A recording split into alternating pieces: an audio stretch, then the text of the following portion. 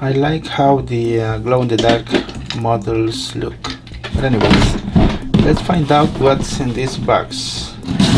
Let's see. I have no idea. I don't recall what's on the way. So let's see. Okay. And there is, what's this? Shooting Star Gordon, new in sealed box. Right there, you can see. Is it 2-speed or no? Oh yeah, it's two speed, high and low. It's on and high speed. That's 2-speed Shooting Star Gordon. It requires only one AA battery. New in box.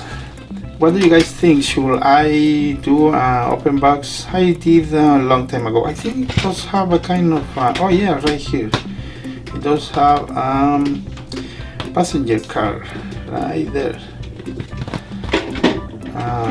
Probably I'm gonna sell it, maybe. What do you guys think? Let me know in the comments below.